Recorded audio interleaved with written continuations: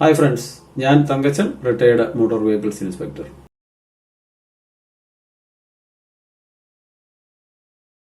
Licence നഷ്ടപ്പെട്ട് കഴിഞ്ഞാൽ അതിന്റെ ഡ്യൂപ്ലിക്കേറ്റ് എടുക്കണം.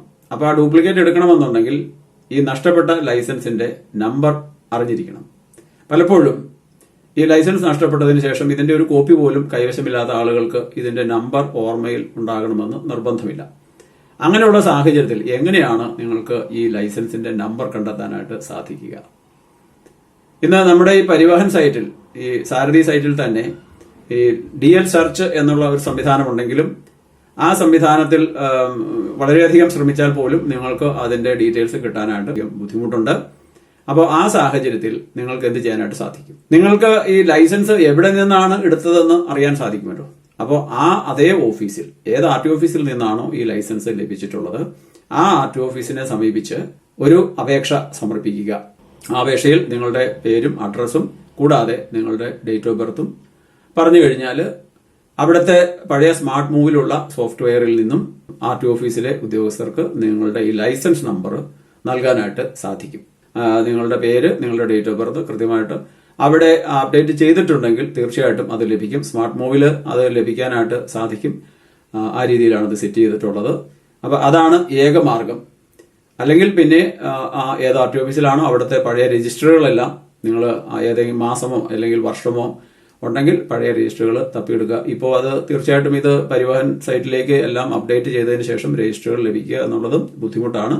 ഇനി ഈ പേപ്പർ ലൈസൻസ് കാർഡ് ഫോമിലേക്ക് ആക്കുന്നതിന്, ഇപ്പോഴത്തെ ലാമിനേറ്റഡ് കാർഡ് ഫോമിലേക്ക് ആക്കുന്നതിനുള്ള നടപടിക്രമങ്ങൾ അത് ടീച്ചേഴ്സ് വെഹിക്കിൾ പോയിന്റിൽ അത് സംബന്ധിച്ചിട്ടുള്ള വീഡിയോ ഉണ്ട്. റീപ്ലേസ്മെന്റ് ഓഫ് ഡ്രൈവിംഗ് ലൈസൻസ് എന്നുള്ള ഒരു പ്രോസസ്സാണ് ചെയ്യേണ്ടത്. പക്ഷെ അതിനു മുൻപായിട്ട് ഈ പേപ്പർ ലൈസൻസ് അല്ലെങ്കിൽ ബുക്ക് ഫോമിലുള്ള ലൈസൻസ് കൈവശമുള്ള ആളുകൾ അതുമായിട്ട് RTO ഓഫീസിനെ സമീപിക്കണം. നേരിട്ട് അവിടെ ചെന്നതിന് ശേഷം അവിടെ ഒരു ഡാറ്റ എൻട്രി ഫോം ഉണ്ട്. ആ ഡാറ്റ എൻട്രി ഫോമിൽ കൃത്യമായി നിങ്ങളുടെ വിവരങ്ങളെല്ലാം രേഖപ്പെടുത്തുക.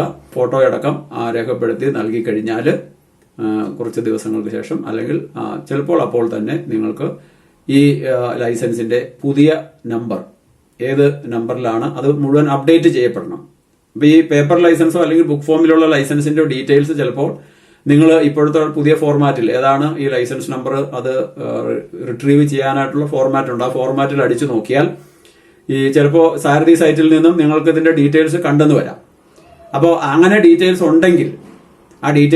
ഉണ്ടെങ്കിൽ നിങ്ങൾക്ക് ഉറപ്പായിട്ടും റീപ്ലേസ്മെന്റ് ഓഫ് ഡ്രൈവിംഗ് ലൈസൻസ് എന്നുള്ള ഒരു പ്രോസസ് വഴി നിങ്ങളുടെ ലൈസൻസ് നിങ്ങൾക്ക് നേടാവുന്നതാണ്. പക്ഷേ പലപ്പോഴും ബുക്ക് ഫോമിലുള്ള അല്ലെങ്കിൽ ഈ ഒരിക്കലെങ്കിലും അത് റിന്യൂവലോ അല്ലെങ്കിൽ ഏതെങ്കിലും തരത്തിലുള്ള എൻഡോഴ്സ്മെന്റോ നടത്താത്ത ലൈസൻസുകളുടെ വാലിഡിറ്റി നിങ്ങൾ ശ്രദ്ധിച്ചാൽ അതിന്റെ വാലിഡിറ്റി വാലിഡ് അപ് ടു എന്നുള്ളത് 1900 എന്ന വർഷത്തിൽ അവസാനിക്കുന്ന രീതിയിലാണ്. അത് അങ്ങനെ മനഃപൂർവ്വം ചെയ്തു വെച്ചിട്ടുള്ളതാണ്. കാരണം ഈ ലൈസൻസ് മോട്ടോർ വെഹിക്കിൾ ഇൻസ്പെക്ടർ തന്നെ നേരിട്ട് പരിശോധിച്ച് അതിലുള്ള ക്ലാസ് ഓഫ് വെഹിക്കിൾസ്, കാരണം ഇത് ഈ കമ്പ്യൂട്ടറിലേക്ക് ഇത് കയറ്റിയിട്ടുള്ളത് നമ്മുടെ കുടുംബശ്രീ ആളുകളും ഈ ലൈസൻസ് സമ്പ്രദായത്തെക്കുറിച്ച് അധികം ബോധമില്ലാത്ത ആളുകളായതുകൊണ്ടാണ്. അത് വളരെ വ്യക്തമായിട്ട് ഉറപ്പാക്കിയതിനു ശേഷം ഈ ലൈസൻസ് അപ്ഡേഷൻ നടത്താനാണ് ഇങ്ങനെ ഒരു സംവിധാനം ഉള്ളത്.